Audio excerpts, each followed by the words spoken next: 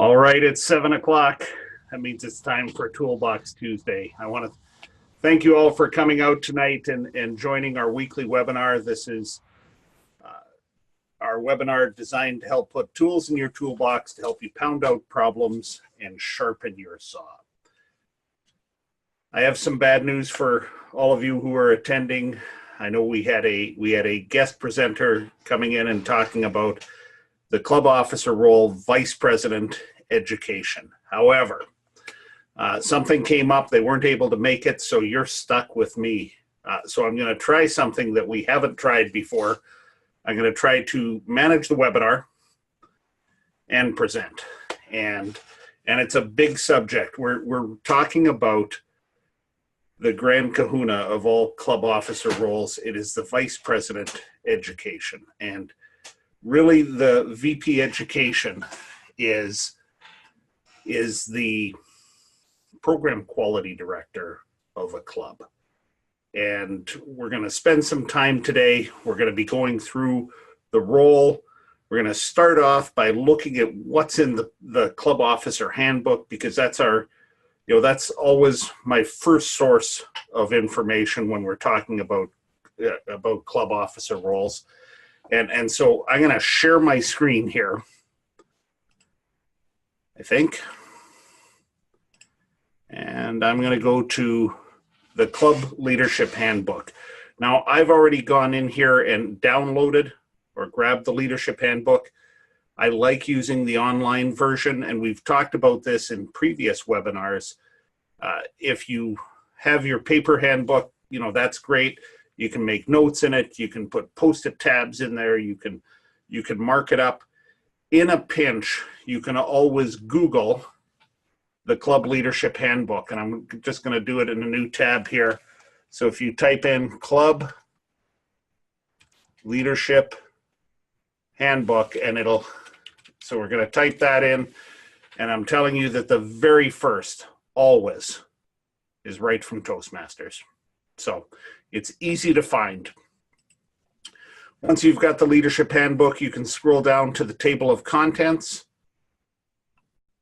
And then each of these roles in here, you can click on and get some more information. So we're talking today about the Vice President Education.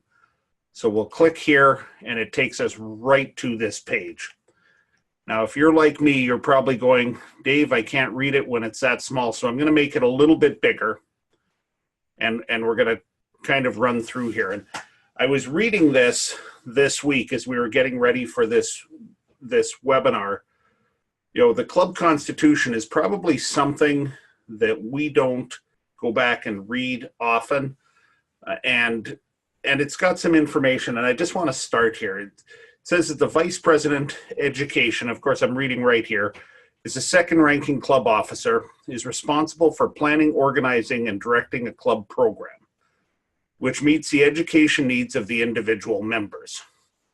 The Vice President Education chairs the Education Committee, and the Vice President Education also serves as one of the club's representatives on the area and district councils, and then this last part kind of lost me, shall take no action binding this club without specific prior authorization or subsequent ratification by the club. That means you can't change the type of club without doing, information in the constitution of your club without having a vote. That's all that means. But I wanted to spend some time walking through this. It's been a couple of years since I've served as a Vice President Education. But it's important to note, and I'm just going to spend some time on this, being the second ranking club officer, whenever the president isn't available or isn't at a club meeting or isn't at a club executive meeting, the Vice President Education is the officer in charge. And that's kind of a big deal. But they also have lots of other things to do. We talk about responsible for planning, organizing, and directing a club program. Now, what's a club program? Well, meetings are part of a club program. Also part of a club program is the mentoring mentoring new members, doing member orientation as part of the club program. Basically, you are the chief operating officer for the club. If it happens inside of the club, the vice president education has a hand in it. And if that scares you a little bit, that's okay. Because when I first read through the responsibilities of a VP education, and I'm going to use that term because I'll get tired of talking and saying the longer term. But when I first read through the responsibilities, I thought, holy cow, this is too much for one person to handle. We're going to come back to that. So the Vice President of Education chairs the Education Committee, and really this line right here is an important line. And what I get out of this, and what you should get out of this, is just because you're responsible for everything that happens, the program in the club, doesn't mean that you have to do it all. One of the greatest learnings that you can get from being a vice president of education is to learn how to delegate and to get volunteers to help you out. I can tell you, going up, when you're an area director, you need some people to help out. When you're a division director, you need some more people to help out. If you decide to chase a trio role and become a club growth director, holy cow, you need a lot of people to help out. Program quality director, it keeps expounding. So we depend on being able to delegate and being able to get other people to help us out, and that's really a key leadership role. So if you are serving as a vice president education, that's something that you want to focus on working on. So they also serve as a club representative in the clubs in the area and district council. I'm going to ask if you're on the meeting, and at the bottom of the screen, or maybe it's at the top of your screen, you've got a raised hand. You've got the option to raise your hand. I'm going to ask you to raise your hand if you have attended a area council meeting this year. Okay, I see 1, 2, I see 3. That's good. I see 4, excellent. Okay. I see quite a few of you have attended area council meetings. I'm going to lower all the hands, I think. Yep.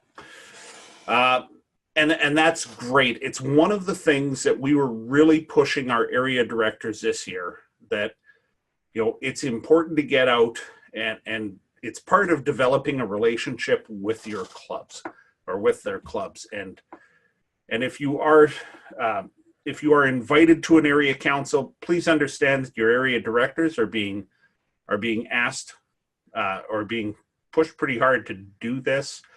It's really a program where we can have clubs helping clubs and officers talking to officers, and it's really a great program. So the area or the vice president of education is someone who attends those. The district council is we have 2 district council meetings per year. They're the district business meetings, and the vice president of education votes in those meetings.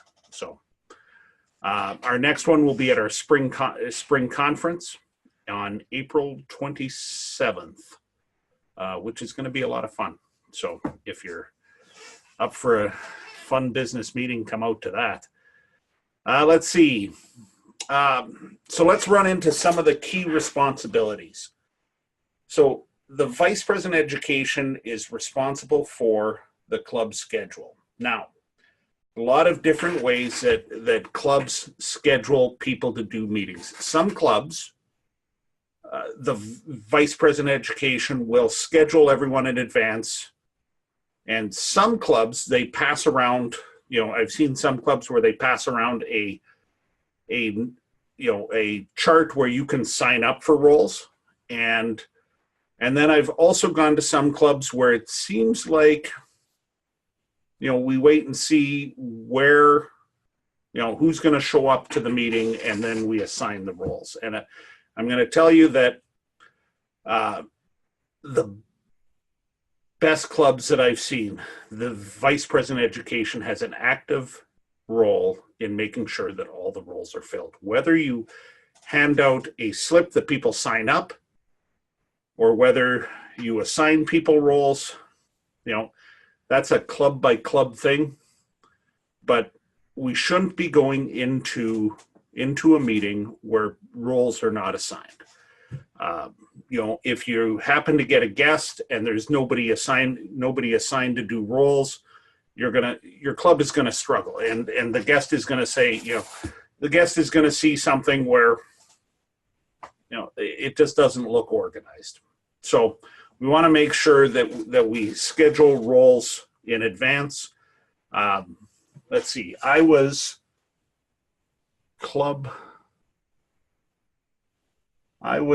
VP Ed. Let's see, the last time I did this, I'm going to grab this.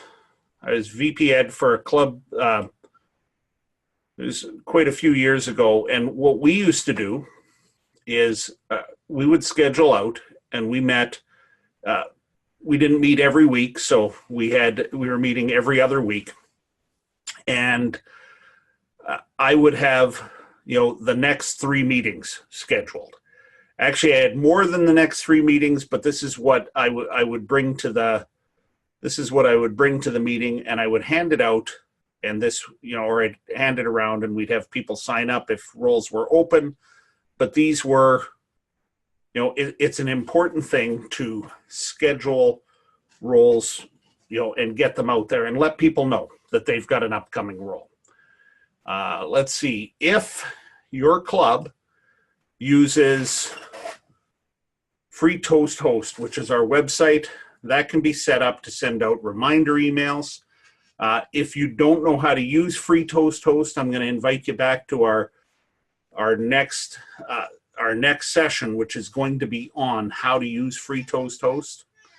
But that's the website where you can log in, and you can see, you can do scheduling on there as well. So our next session is going to be covering just that. So coordinate the club schedule. Make sure you've got people scheduled. Assist with education awards. Right under that is Base Camp Manager, and everyone knows that with Pathways, the Vice President of Education is a Base Camp Manager as well. So essentially, when a club member comes up and says, "Hey, I finished this award," as VP Education, you are truly the first line. Any officer can submit an award in the Legacy Education program. In Pathways, it is the club president, the vice president of education, and the club secretary that have Base Camp Manager access. So really, the Assist with Education awards is, first off, we want to tell them, how to accomplish the education awards. If you are serving as a vice president education, I'm going to recommend, here's a little shameless plug here. I'm going to recommend that you go to the Toolbox Tuesday site. Now, it's on the link to this site is on the email that you got to get invited to this one. But if you go to last week's, we did a new member orientation event. And I've got to tell you that if you're a vice president of education, you need to watch this event. It's one of the best ones we've done all year. It goes through in detail, how to get your members started. and we talk about how to get your members started in pathways and how to get your members just started in Toastmasters. And really that's a key thing, explaining the education program and making sure not that they understand the whole education program, but that they at least understand where to start. And where do we start in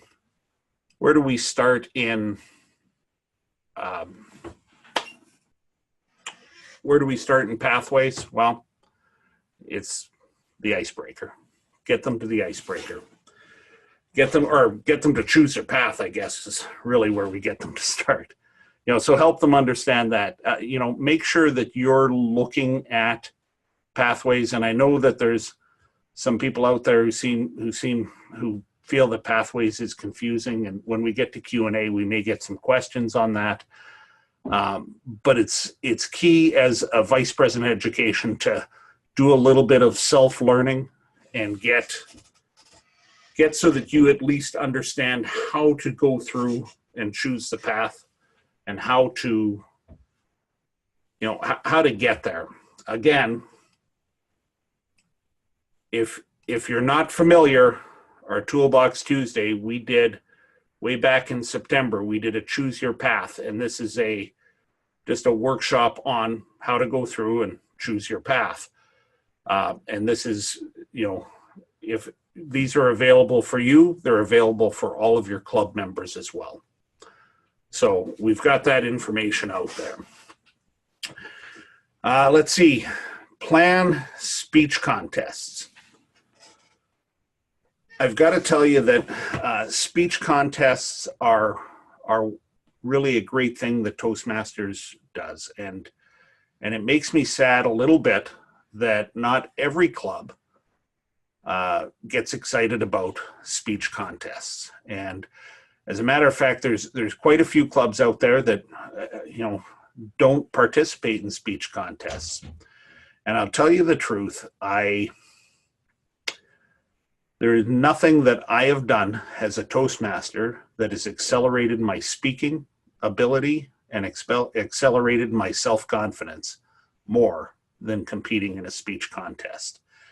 And if you talk to anyone who has competed in a speech contest and maybe gotten out of the club, gotten past the area level and into division level or higher, I'm pretty sure they will all tell you the same thing, that it changes the way you present speeches. For a long time, it was the only place that I found in Toastmasters where you learned the skill of taking a speech and then fine-tuning it and improving it all the way through. And, it's still, I would say, the best thing. And it's free to compete in a speech contest. We do them, this year, one time a year. So we've got speech contests coming up. If you're not sure on how to conduct a speech contest, I will post the website up here, but we have, just got to grab it and I'll bring it over.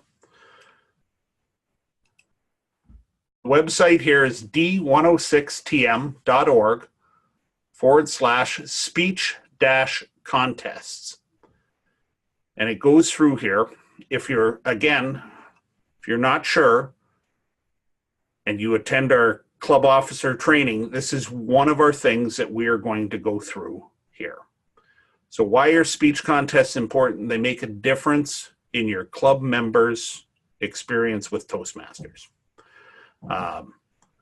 What contests are we holding this year? We've got the evaluation contest and the international contest. And then what we included here is a speech contest toolkit. So we've got the rule book, we've got the contest kit that has everything you need, from certificates to the forms, and it's got everything you need to complete your speech contest. We also put in here a contest script. So whether you're having a club contest or a area contest or a division contest, you can see what, and it's a script. You can follow it by the letter and it'll walk you right through the speech contest. Let me ask a question, and I'm just going to throw this out here. Of the people who are on, we'll just raise hands again. How many of you have competed in a speech contest? All right. I'm seeing some hands up. So we've got some people who have competed in a speech contest. And I made a statement. And earlier that, I said there is nothing of people who competed in a speech contest. There's nothing that makes a bigger difference. If I was telling the truth, raise your hand again. Okay? And I'm seeing a lot of the same, I'm seeing the same hands go up. So that's fantastic. I'm telling you, if your club has not put on a speech contest, give it a try. See what it's all about. Go to the website, download the script.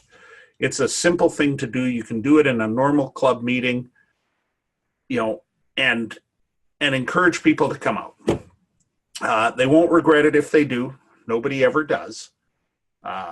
It's a great event. And getting out to the area contest is, I've got to tell you, when I first competed in the speech contest, and I wasn't in Toastmasters very long. I had, my club had they had a practice of just voting one person to go off and compete in the area contest. So, we were sitting there and they said, well, our speech contest is coming up. So next week is going to be our speech contest. And Rick, you're going to practice your speech and then we'll send you off. And that'll be our speech contest. And I said, wait a second, you can't have a contest with one person. And they said, well, nobody else wants to compete. And I said, well, I'd compete. So I competed in this contest. I ended up winning at the club level. And we held a contest that was a little bit different. It wasn't really a full contest. So I went to the area level, and I remember standing up at the front of the room when we were doing the contestant briefing, and I looked out, and I had gotten a little bit comfortable talking inside my club. And here I was in front of a room of strangers. And that was a little nerve-wracking. I thought, do I have what it takes to do this? And anyway, we're not here to talk all about speech contests, but I got to tell you, going through that process was a big deal, and I learned a lot. So VP Ed is responsible for conducting speech contests, or planning and conducting. The next thing here, manage the mentor program. Again, I'm going to refer you back to new member orientation, which kind of covers a little bit of the mentoring program as well. Basically, when you get a new member in, okay, keep in mind, you know a lot about Toastmasters, but when a new member comes in, they're there to try and gain some skills, whether it's in leadership or in communication skills, or whether they're just looking for something new. They don't understand the Toastmasters program. Give them some help. Assign them an experienced club member to be their mentor. And there's some resources in here where you can go out and find out about it. I'm going to recommend you watch last week's webinar, and it's important to get people started on the right, get them on the right foot. So summary of responsibilities we can talk about before the club meeting, and we talked about this. Make sure that people are scheduled for roles. Offer support to the Toastmaster. We're all here to help each other. And, but make sure everyone's scheduled and make sure that they know. So send out reminders. Let's see. I had a couple of here. Oh, that's not. Hold on one second. This one. This is the downside of trying to run the meeting and present. I got too many windows open.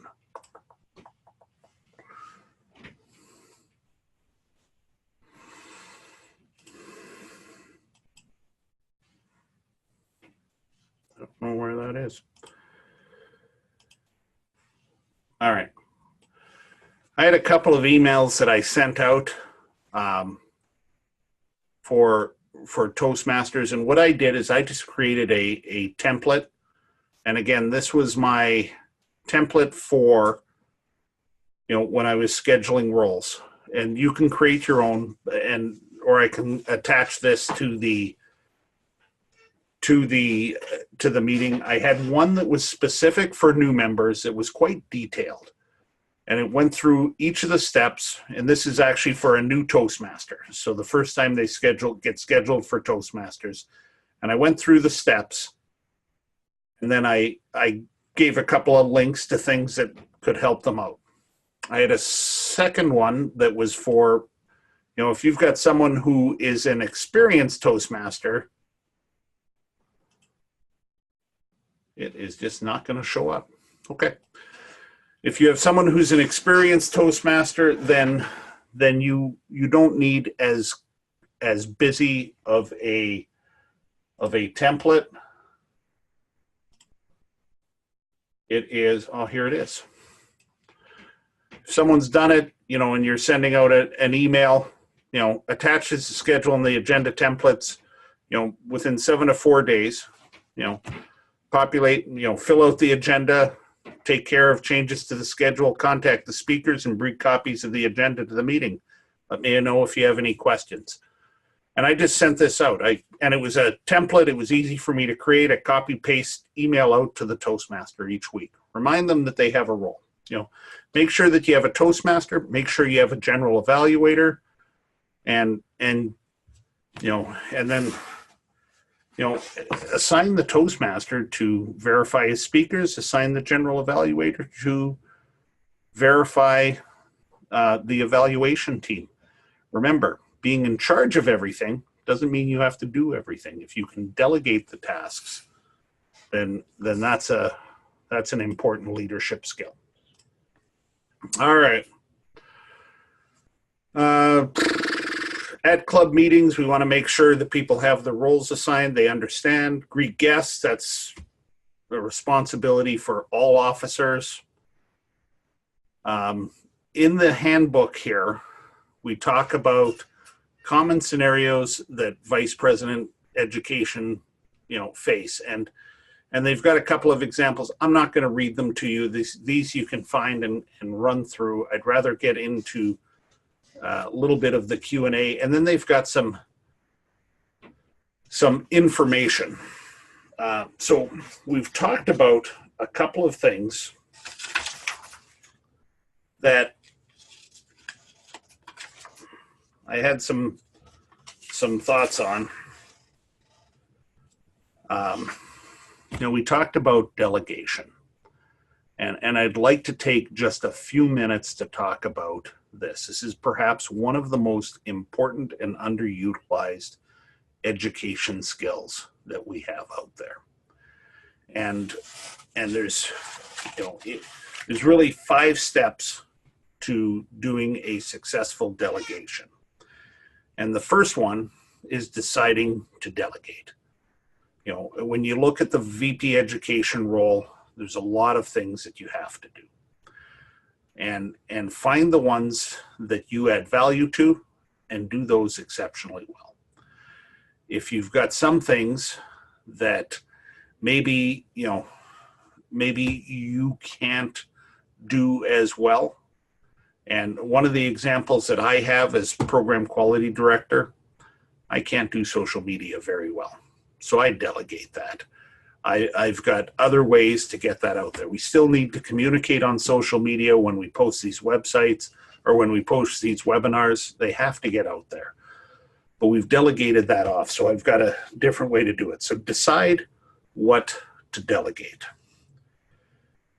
And then equally as important, decide who you're going to delegate it to. Okay. You can't just say, well, this is something that someone else is going to do, because someone else is really no one. Unless you decide who you're going to delegate to,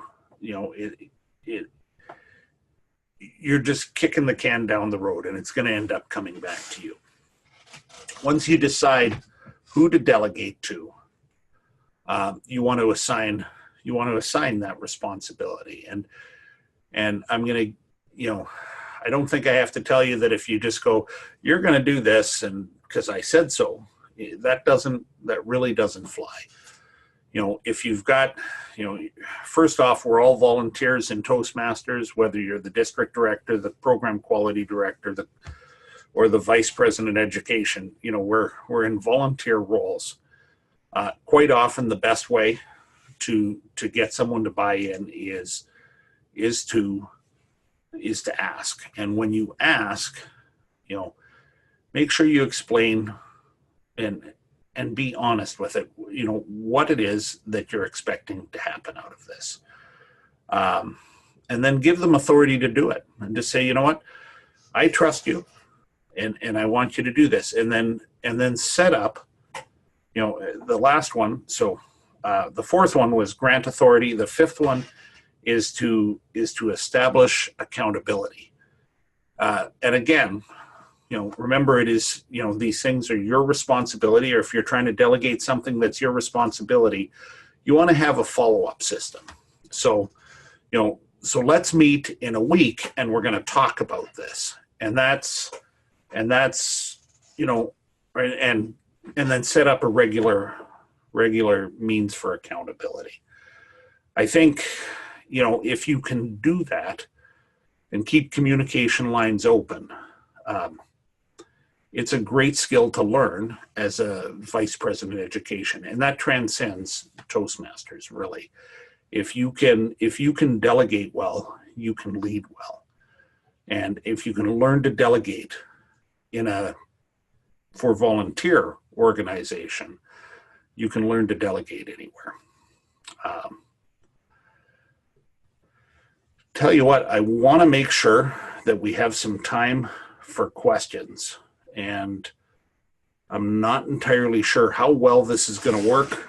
I usually have two people here watching for questions, so I am going to open it up at this time for some Q&A if you have any questions, really on anything that we've talked about.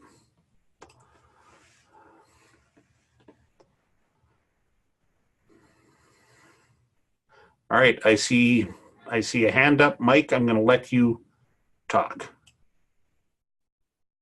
You should be able to unmute yourself. Thanks, Dave. Hey, Mike. So I have maybe an odd question, but I am Vice President of Education for one of my clubs. We are looking at our first meeting of the new year, having kind of an unusual meeting. I wanted to do something with resolutions, and kind of as VPE, I see that as part of my role to include these kind of educational sessions. Yep. There'll be a social aspect to it, but I was wondering, I'm trying to think of activities that can be educational and useful and basically for the hour, and wondering if anybody has any ideas on that. Other than, my idea is basically we're going to go around and talk about what are your goals in Toastmasters for the year. Okay. Any table topics like exercises that people have that would work for something like that, I'd be interested to hear them. Okay. I'll tell you what, Mike, I'm going to leave you as a little bit live here. Okay. And if someone else on the call has some thoughts, we'll have you raise your hand, and we'll go with, we'll bring you into the conversation. when you were describing it, Mike, and I'll just talk until I see a hand go up, but when you were describing it, I was thinking of table topics, and you kind of ran into that. You could do an extended table topic session where you could talk about resolutions, and really as resolutions are coming up, you can get some leading questions off of that, and you can get into not only what are your resolutions, maybe what are your, what steps do you need to take, and that's kind of what I was thinking. I know that I have done, and I've learned that I cannot do web searches while I'm on I don't conduct them well when I'm trying to run the webinar. I would almost go and ask Google, do a Google search for New Year's resolution Toastmasters meeting. And I'm sure there's someone out there has done this. Oh, sure. We got a suggestion on the chat. It said, what about having experienced members do icebreakers? And that was, thank you, Randine, for offering that. You could do that as well. You could have, instead of a table topics format, you could do icebreakers. You could do an icebreaker as a resolution theme, because that's a shorter meeting. You could, that would be you'd almost have a speech-a-thon at that point. Sure. So table topics is a way. An icebreaker speech is a way.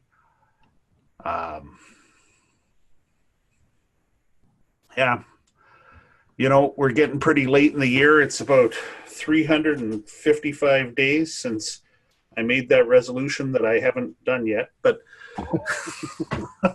maybe I've got to come to your meeting so I can learn how to keep a resolution. Well, I don't know that I figured that part out yet. Maybe somebody else there will have, but. Okay. All right. Well, I'll tell you what, I'm not going to remute you, Mike, if something else comes up, but any other questions out there on, something, we can open this up to a general discussion. If there's anything you've been wondering about for Vice President Education or Base Camp Manager, any questions?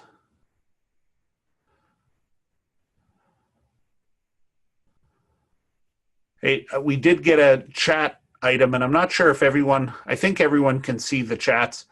Randine shared, and this is a good point. If you are using FreeToast Host, it is great at keeping historical records of your agendas. So when you, which is beneficial for your club secretary as well, because, if you want to keep the records of who did what. I'm going to ask you, Randine, Randine, for using FreeToast Host, when you do the agenda on there, do you ever take attendance at the meetings and update it after it's initially published? And I'll wait to see if you chat back, but it is an option in there that once the meeting has happened, you can actually update the agenda as to who actually did the roles, and that's a great way of keeping track of things too. So let's see. Oh, Mike, you've got your hand up again. Go ahead and unmute. Yeah, I just thought I'd do a follow-up on what you just mentioned there. Sure. Post I definitely second the idea of going back in and updating your records. Yep. I know as a VPE, whether I'm assigning roles or whether I'm trying to get people to sign up for roles, I always want to know who's done what recently and Exactly. have an accurate record. And that's Yeah. such a great resource for that. Yeah. And I know that when I last did it, I ran a spreadsheet to keep track of it.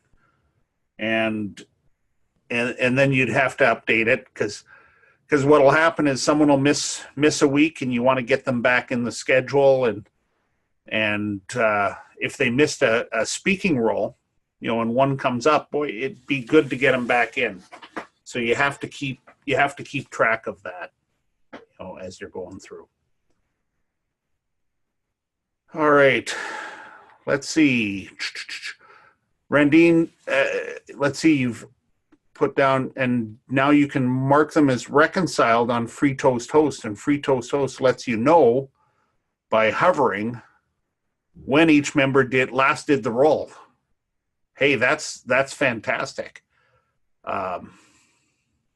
Like I said, it's been a couple of years since I've been the VP Education, so I miss that. It didn't used to do that. So right now, I think what you're saying is if you go in and you hover over member, Randine, is that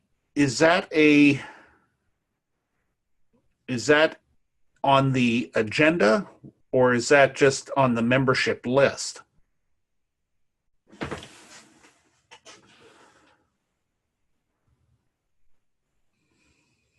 I'm going to go to Free Toast Host, I think. Dave? Yep. You go to the agenda, you edit the agenda. Yep. And then on the drop down where you can choose which member to assign to a role, it automatically, you'll see in parentheses how many times they've taken the role before. But if you hover, it'll show you when they last did the role, their future signups, all of that. Oh, that is fantastic. What an amazing tool. If you didn't know that, and I didn't know that coming in, because like I say, it's been a little bit of time since I've done it. That is something that is a really powerful tool. All right. It's when you're editing the agenda. Yep. All right. Well, that's fantastic.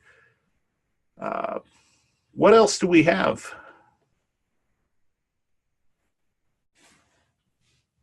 Anyone else have any other questions?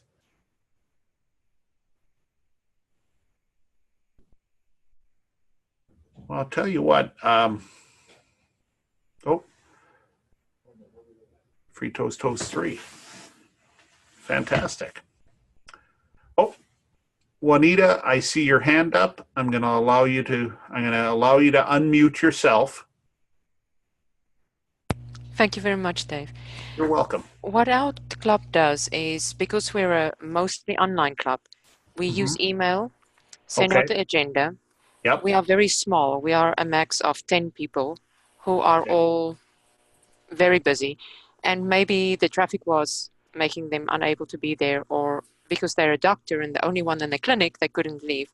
We frequently have to, on the fly, just take on a role or double in certain roles. Okay. So the Toastmaster for the evening will take the agenda, share it online in Zoom, change it, and then send it out after the meeting again. Okay. So you're also keeping track of who does what role. Yes. Okay. Well, that's good. That's good. And do you assign the roles prior to the meeting? Yes, I do that. And because we are so heavily constrained on time, I just assign it for the next meeting and the meeting afterwards. And if people cannot do that, they will let me know. But in general, they're just happy that I've assigned their role to what I think they're supposed to do to go to the next phase in their pathways. Sure. Path, and then we just go from there. Well, that's fantastic.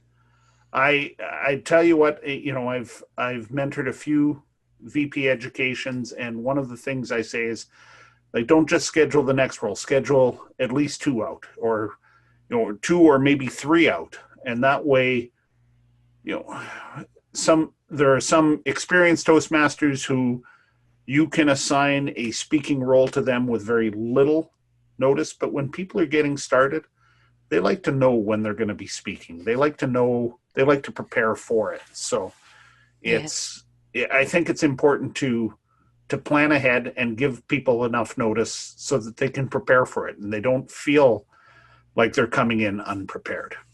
So would you say a month ahead of time is a little bit too little time for a new speaker? I'll tell you what, for a new speaker, and it's kind of my personal experience. When you have someone new join your club, you want to sit down with them, you want to go through the education program, and you want to get them scheduled within the first 4 weeks that they are a member to do their icebreaker. And that's kind of my guideline. Some clubs may have a little different thought on it, but I think in the first 4 weeks that you're in Toastmasters, we want to get you in. We want to have you be a timer. We want to have you be, a grammarian. We want to have you give your icebreaker, give them some roles, get them into the program and get them exposed to doing things in the meeting and getting involved. I think that's your best resource for getting members engaged. And really that icebreaker is such an important speech because it's really the mark where you stop thinking about doing something and you start doing something. So for the icebreaker, when they join, or shortly, within the first week after they join, sit down and talk to them and schedule that speech. And that way they have a goal, and give them enough time to look at it. I think a month is plenty of time for almost anyone. I think, yes, that helps me. What I typically do is get them in. If they seem very scared to talk in front of people or to really get involved, then I give them something like the timer, and sure. Then the third role, maybe the table topics, and then the fourth role, maybe the Toastmaster for our club, and then I give them the speech. Yeah. Just that they can have that backup and support and really get to work with their mentor and just feel more comfortable with what is really going on in Toastmasters before I give them this first speech. Okay. Yeah, I approach it a little bit different. And again, if that works for you, that's fantastic. I try to get people in, give a speech, and then after they've given a speech, I have them evaluate a speech. And after they've evaluated a speech, then I might have them evaluate an evaluator or be a general evaluator, But, timer, grammarian, counter, those are roles I give out pretty quick. Schedule the speech, then have them evaluate a speech. Once they've given a speech, then practice evaluating. Once they've evaluated a speech, then evaluate an evaluator or be the general evaluator.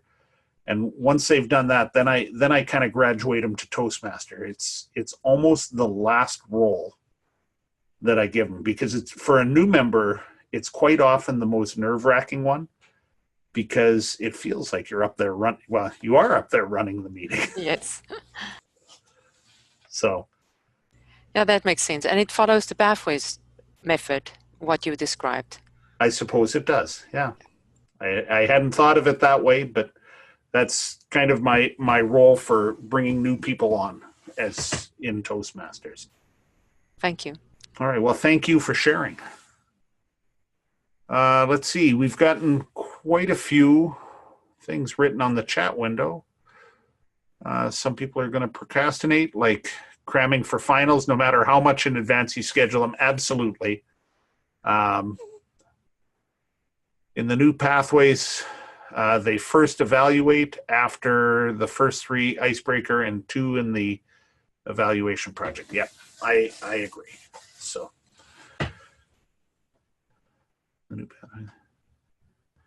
After the first 3, icebreaker, and 2 in the evaluation project. Yep. All right. Well, I'll tell you what, we are actually overtime, but I am happy to stay here and chat if there's any more questions.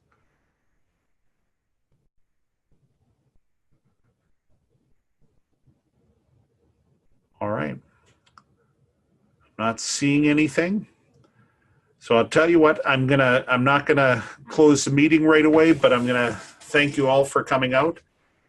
This has been a great experience for me. It's a little bit different than with running the webinar and presenting. Hopefully it was of value to you. We will not be meeting next Tuesday because next Tuesday is Christmas. And the Tuesday after that is New Year's. So actually our very next Toolbox Tuesday will be January 8th. We're going to be talking about Free Toast Host and how to build your website, or you work on your website and use it for doing the agenda. And it's going to be a good webinar. So I hope you'll be able to come out and join us for that one. I want to thank you again for serving your clubs. That you have a great winter break here, or Christmas break. And this has been Toolbox Tuesday. We'll see you in 3 weeks. Have a great night.